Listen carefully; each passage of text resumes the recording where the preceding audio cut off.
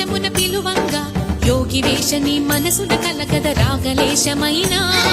హే మహేశని భయద పదాహతి దైత్య శోషణము జరుపంగా భోగి భూష భువనాళిని నిలుపవ అభయ ముద్రలోన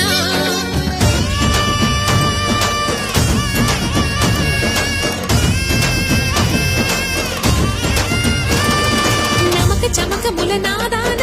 యమక గమకముల యోగాన